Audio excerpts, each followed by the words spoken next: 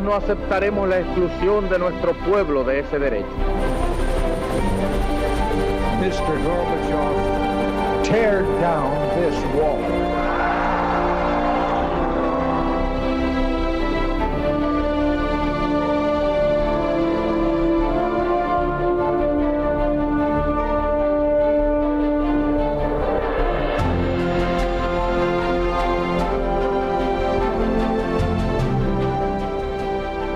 Buenas noches, señoras y señores. Bienvenidos a Tiempos Modernos.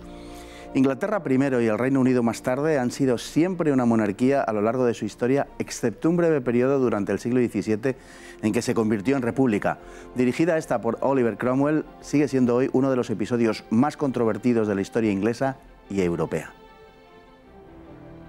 En 1629, el monarca inglés Carlos I decidió cerrar el Parlamento ante las crecientes demandas de este en el terreno político, que pronto amplió a los tributos y a los privilegios estamentales. Se inició entonces un periodo de 11 años, durante el cual se robusteció el absolutismo real y se reformó la liturgia anglicana para acercarla a la católica, mientras los puritanos se agrupaban formando un compacto grupo de oposición al monarca.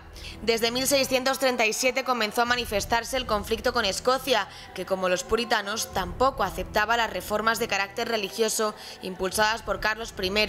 Los escoceses levantaron un ejército en 1640 que obligó al rey inglés a transigir momentáneamente hasta que éste se vio precisado de convocar a la Cámara de los Comunes para recabar ayuda económica, de modo que hubo de reunir el Parlamento y permitir la exigencia de que en lo sucesivo no podría imponer contribución alguna sin su aprobación.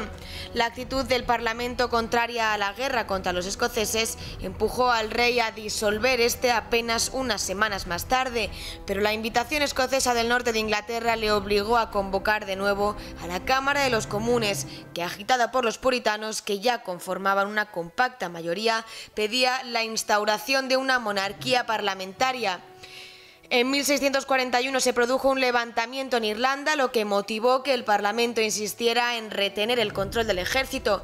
A fin de cuentas, Irlanda era católica, pero el rey se opuso y aquello generó un enfrentamiento que derivó en guerra civil, cuando el rey marchó sobre Londres con un ejército propio contra las tropas del Parlamento, y privado de las más importantes fuerzas militares y de los recursos para hacer la guerra, fue derrotado en Naseby en 1645 por el New Model Army de Fairfax y Cromwell.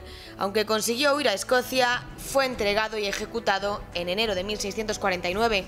El poder pasó entonces a manos del ejército dirigido por Oliver Cromwell, un radical puritano que creía firmemente que Inglaterra era la nación bendecida por Dios y los ingleses los benditos del Señor, destinados por este a un futuro glorioso. Parte de este destino era el de conquistar tierras por todo el mundo. Cromwell dirigió la invasión de Irlanda para aniquilar a los católicos aliados con los realistas ingleses. El resultado fue la muerte de unos 600.000 irlandeses, una tercera parte de la población, más la deportación masiva de irlandeses como esclavos a Bermudas y Barbados. Haría lo mismo más tarde con los prisioneros escoceses. Mientras el catolicismo fue prohibido, los clérigos católicos ejecutados y las tierras de la Iglesia confiscadas, la guerra contra la Escocia presbiteriana fue mucho menos cruel. Cromwell estableció un gobierno que favoreció el emprendimiento burgués e impulsó el imperialismo inglés, creando un poderoso ejército y una potente armada y expandiendo el poder inglés por todo el mundo. Al mismo tiempo, la sociedad creada por el puritanismo resultó gris y aburrida. Se prohibió la celebración de la Navidad, los festines y los villancicos. Aunque proclamaba la libertad religiosa, en realidad su persecución de los católicos fue implacable. Él mismo decía literalmente que no me meto con la conciencia de ningún hombre, pero si por libertad de conciencia queréis la libertad de celebrar misa, entonces os digo que no. Don Carlos Esteban, muy buenas noches. ¿Qué tipo, verdad? Qué tipo, sí señor. Bueno, de fondo hay un enfrentamiento entre el anglicanismo, que con una innegable proximidad al catolicismo, y el puritanismo, una expresión muy radical del protestantismo de origen calvinista, ¿no? Es lo que está sobre el mantel en este caso, ¿no? Sí, pero hay muchas concomitancias con la Revolución Francesa que no se han querido ver por aquello de que se que se habla de la historia Whig, ¿no? De cómo la historia la han inventado, pues fundamentalmente eso, los ingleses. Y entonces siempre se presenta la Revolución Inglesa como una cosa mucho más razonable, que se solucionó, mientras que la francesa es la que se salió un poquito de madre. Pero lo que estamos viendo es una consecuencia bastante parecida, en el sentido de que la Revolución en Inglaterra la da un monarca, en realidad, que es Enrique VIII, motivos religiosos, y este, digamos, es su consecuencia natural, igual que la consecuencia natural de la Revolución Francesa son los jacobinos y al final Napoleón. Porque toda revolución acaba en una dictadura, en este caso la de Cromwell, o en la de francesa la de Napoleón. Pero al final es eso, es decir, permíteme que mezcle religión y política, pero en este caso es muy obvio. Primero el rey dice, pero ¿quién es el papa para gobernarnos a nosotros? Y luego viene Néstor y dice, ¿y quién es el rey para gobernarnos a nosotros? Lo que no sabemos es si hace la revolución para instaurar una dictadura o se hace la dictadura para preservar la revolución. Hay veces que sospecho que es lo primero. Bueno, se habla de Robespierre como el primer totalitario, ¿no? Como que el espíritu del totalitarismo de algún modo habría tenido su germen, por situarlo en algún sitio, en Robespierre. A mí, sin embargo, siempre me ha parecido que estaba más bien en Cromwell, más de un siglo antes, y de hecho Trotsky decía de Lenin que era el Cromwell proletario del siglo XX. Por algo lo diría, Trotsky sabía mucho de esto. Sí, digamos que si queremos mantener como la analogía con la Revolución Francesa, es como si Cromwell fuera a la vez Robespierre y Napoleón. Es Robespierre que se convirtió en Napoleón.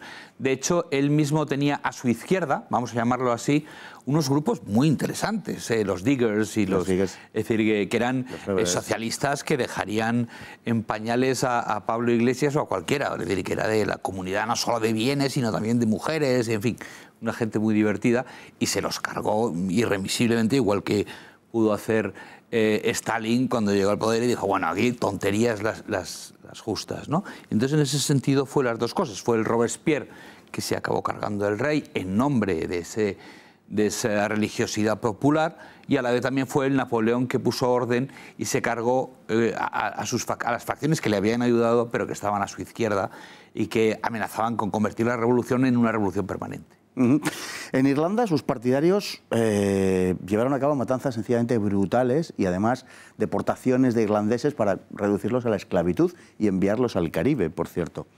No sé muy bien cómo puede hacer un irlandés trabajando en el Caribe, pero lo tiene complicado. Sí, en Estados Unidos ha habido muchísimos.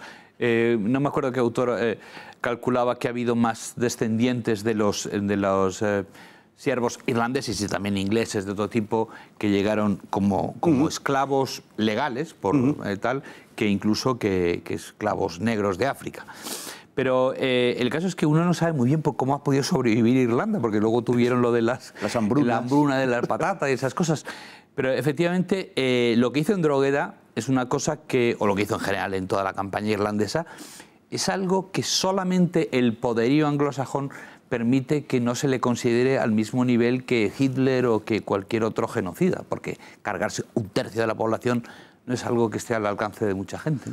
Destruyó un tercio de la población, entre unas cosas y otras, acabó con un tercio de la población irlandesa en lo que es una matanza, no sé decir sin precedentes, con consecuentes probablemente, pero sin demasiados precedentes en cuanto al volumen global y a la porcentaje, ¿no? Cromwell subrayaba, enfatizaba mucho el hecho de luchar contra la monarquía absoluta, pero realmente lo que le importunaba de la monarquía absoluta era la monarquía, no lo de absoluto. Sí, no, por supuesto. Cromwell al final es exactamente lo mismo que estamos hablando, es decir, que te conviertes en ya lo tuvimos en Calvino, o sea, al final, o sea, el puritanismo no es más que como se le llama al calvinismo en Inglaterra, ¿no? Es exactamente lo mismo. Y ya sabemos lo que hizo Calvino en Ginebra, es decir, el rey podía ser absoluto en el sentido de supremo. No era en absoluto, porque no estaba, digamos, controlando la vida del pueblo, ¿no? De lo que hacía la gente. Era una monarquía autoritaria. Autoritaria, exactamente. No había nadie por encima del rey. Pero, en cambio, pues, lo que el pueblo hiciera, sus costumbres y tal, pues allá ellos. En cambio, Cromwell, exactamente igual que Calvino, exactamente igual que luego serían los socialistas, le interesaba lo que hacías tú en tu casa. Y eso fue lo que realmente hoy llamamos totalitarismo, es decir, cuando todos los aspectos de la vida tienen una referencia política y pueden ser controlados por la política. Eso y no otra cosa es lo que diferencia autoritarismo de totalitarismo. cuando se afirma aquello de que lo privado también es político, de que lo personal también es político. Esa afirmación, nacida del mundo del feminismo, esa es la mejor definición que he encontrado efectivamente nunca del totalitarismo y es un referente para lo que está sucediendo en nuestros días. Una característica además del puritanismo es la prohibición de la alegría. Es decir, si ha sucedido en Ginebra, volvió a suceder. Mencken tenía una definición muy buena del puritano. Puritano es aquel que no puede vivir porque está siempre angustiado pensando que alguien en alguna parte puede estar pasándoselo bien. Es una definición que me encanta. Sí, sí. Es algo así, efectivamente, prohibir la Navidad, o sea, ¿a quién se le puede ocurrir, no? Tendría que llegar tiempo después Dickens para realmente recuperarla, digamos, icónicamente, ¿no?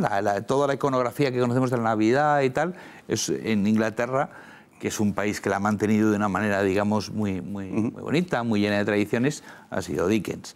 Hasta Dickens, pues era una cosa que se lo mantenía el pueblo, pero casi en secreto. Estaba permitido desde Carlos II, pero ya había estado tocada de muerte, ¿no? Ya hace el puritano Mr. Scrooge, ¿no? Exacto. Realmente. Bueno, tenemos apenas 30 segundos, pero un oficial realista en la guerra civil les dijo a los puritanos: nuestros pecados, los de los realistas, son los de los hombres. Nos gustan el vino y las mujeres.